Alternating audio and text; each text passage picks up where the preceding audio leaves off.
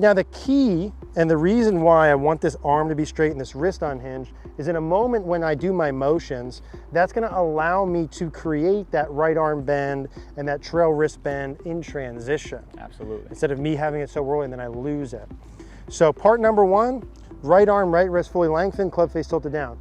Part two is kind of where the secret sauce happens, right? Absolutely. And as I do this, so my arms and hands, I'm gonna feel it going up and back. We're gonna do a little absolutely. So visual here. Orange line will be basically the force of the hands, and then the yellow line will be more force of basically the middle of the body, the pelvis, and the chest. Okay.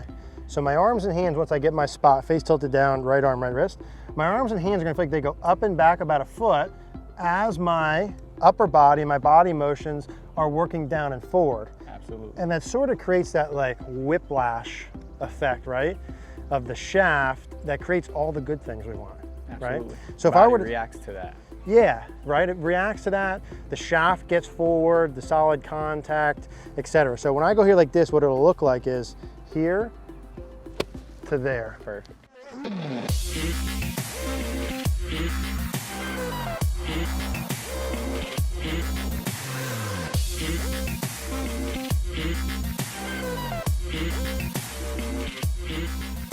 Hey guys, Eric here, back outside at the Bethlehem Golf Club. In today's video, we're going to talk about one drill. It's quickly becoming one of my favorite drills to really train in and fix all the faults in your swing. I really love this one.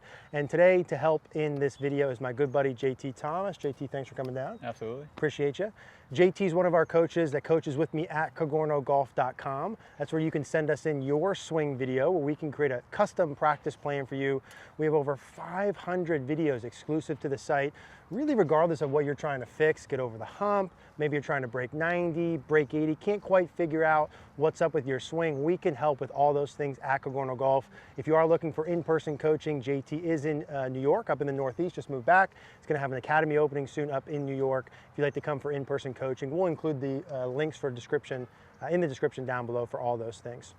So JT, let's talk about this drill motion, which I really do think is becoming one of my favorite drills. Absolutely. And there's seen this in different places, right? Some people call this the float low drill. I've seen a guy named Chase Duncan down in North Carolina doing this drill before. And I think people do it in different ways, but there's a way that we talked about doing it that I really think can help everyone watching. Absolutely. And we titled this one to fix all the kind of faults in the swing. You know, not so much as a YouTube title, because it actually could be. It could be, absolutely, right? yeah. This is one of the drills that we think if you were to do this on a regular basis, right? Some people it'll be quick, you can in one swing see a difference, but if you really work this into your practice over the course of a year, several years, etc., your golf swing and a ball striking ability could transform. Yeah, speed, I mean, it's really an athletic motion, so it's something that you have to practice at. Yeah. And this drill is the way to do it. But it makes an actual difference, not like a Band-Aid, No. quick fix thing. This is actually training your motion. So without any further ado, let's dive into what this is. And so I'm gonna do my best to kind of explain it, and then we'll kind of talk through it here.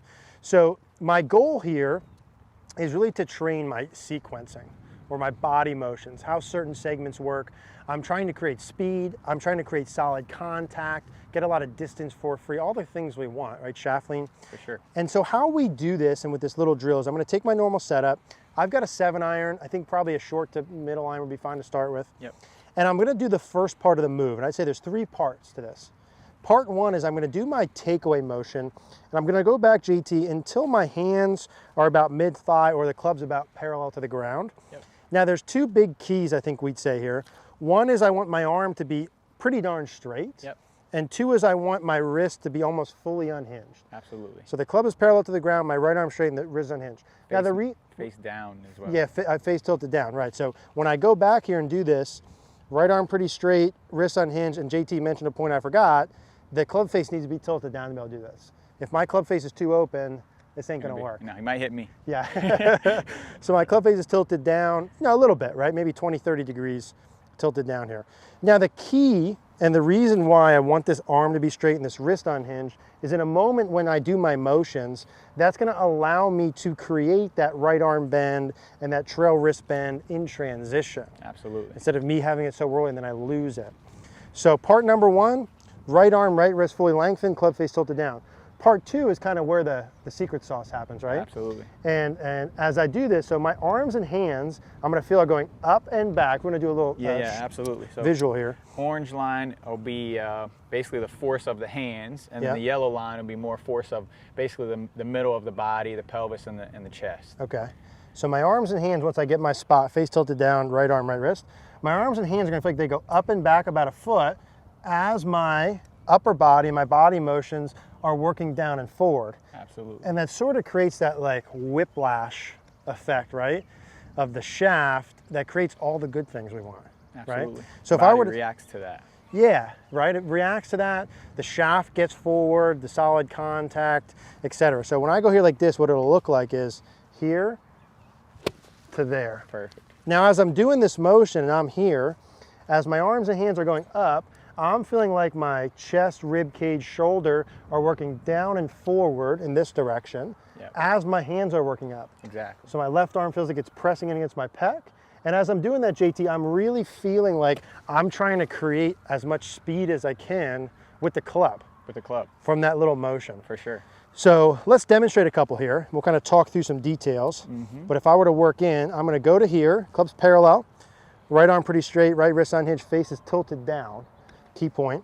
And as my arms and hands go up, I'm going to feel the body motions working down and forward. And as I do that, I'm looking to create speed. Now I have my 7-iron probably about 170. I don't have my TrackMan up, but I'd be willing to bet that that went about my full distance. Without a doubt. So when you do this correctly, the speed you can create, even with a shorter swing motion, you should be hitting the ball once you get used to it, right? Pretty close to the same distance. Pretty close, yeah, exactly. So same thing here. Right arm straight, right wrist unhinged, just to here. So I'm not like this, right? Right arm up about a foot as I go down and forward. Absolutely. So I'm to here,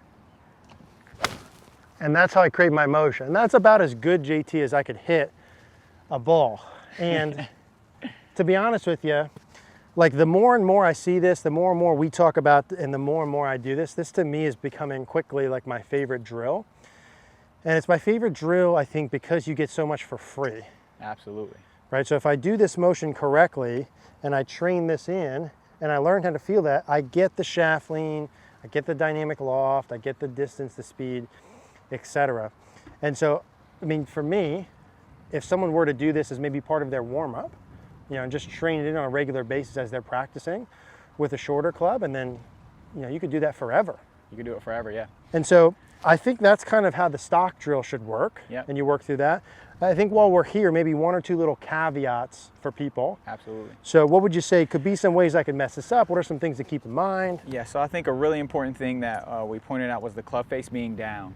And it's important on how the club face is down. Yeah. So we don't want to basically flex our lead wrist too much, bend our wrist back too much. We're not doing this. We're not doing those things to keep the club face down. Simply all that we're doing is, if anything, we're just kind of pointing our elbow or keeping our elbow pointed slightly more towards the ground. Yeah. So that's a really key piece here in terms of allowing the club face to stay down while keeping all the range of motion in the wrist, right?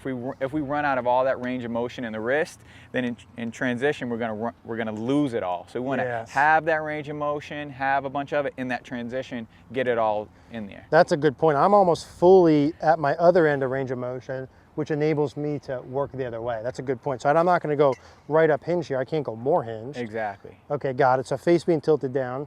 What about guys and gals who do this and they really throw a lot from the top? Absolutely. So what we're looking to do is, as we feel this pull, so it's really important on this drill that the way we're getting the club to the ball is not by yanking this arm down. So unloading this arm, getting that to the ball. That's not how we want to do it. We basically, as you pointed out, is as those arms are going up, we're feeling a huge stretch and a pull here, basically through our lats, through our obliques, through our hip there, to get that club down. I feel a huge activation there in my shoulder and lat motion compared to normal. For sure. And someone who might throw, they might actually feel like they're consciously hinging a little as they do it? Consciously hinging, but more than anything, really pushing their left arm away from them. So getting some width. So as far as they can get it away, that's going to help that club hinge back more. So if they pull that lead arm in, right? So if I bend my lead arm, right, now I lose all of that tension on the shaft. That's how we see a lot of golfers coming to the ball. So if I need to, as I'm doing this, I can even feel even more of that hands working up and in, arm against, bicep against my pec. Yes. Motion as I do my downswing. Yep, and then adding in, you know, if those guys are really letting out the shaft, maybe adding in some of that hinge or feeling some of that float loading that, you know, people have talked about. Yes. But the more we can push that arm away, keep that lat active, the more we're able to keep that lag on that club. When we lose that activation of that lat, we lose all the force that we have on this club. It lets out completely. That's what we see. Yes. So this is how this fixes so many things. It makes perfect in that sense. little amount of time. So I think this, in terms of, there's not a lot of things in the golf swing that I think are completely universal, that you could say, hey, no matter who you are, what your golf swing looks like, etc., you should do this. For sure. This, I think, is one of them. I agree. You know, it's like some kind of putting start line drill. Like, everyone should do a start line drill. I think everyone should do this in terms of sequencing, speed, etc. So my challenge to you would be, regardless of your skill level, start to put this in. If you hit a couple funky shots in the beginning, guess what? You're just like us. Who cares? Okay, that's normal. Yeah. Build your way up through it. Watch this and start to practice it and put 10 to 20 reps in. And I really, truly believe in this one as a really good one. So hopefully that makes sense. Hopefully helps you guys. JT, thanks for coming out. Absolutely. Appreciate you. Thanks, Great. man. Hey guys, thanks for watching today's video. If you did like the video, do us a favor, click that like button down below. Click the notification bell. Also, please subscribe. If you would like some coaching, if you would like me to look at your swing, help build you a personal plan, go ahead and click the Cogorno Golf logo on the screen. We'll take you right there. We'll also include 2 other cards if you'd like to learn more about today's topic.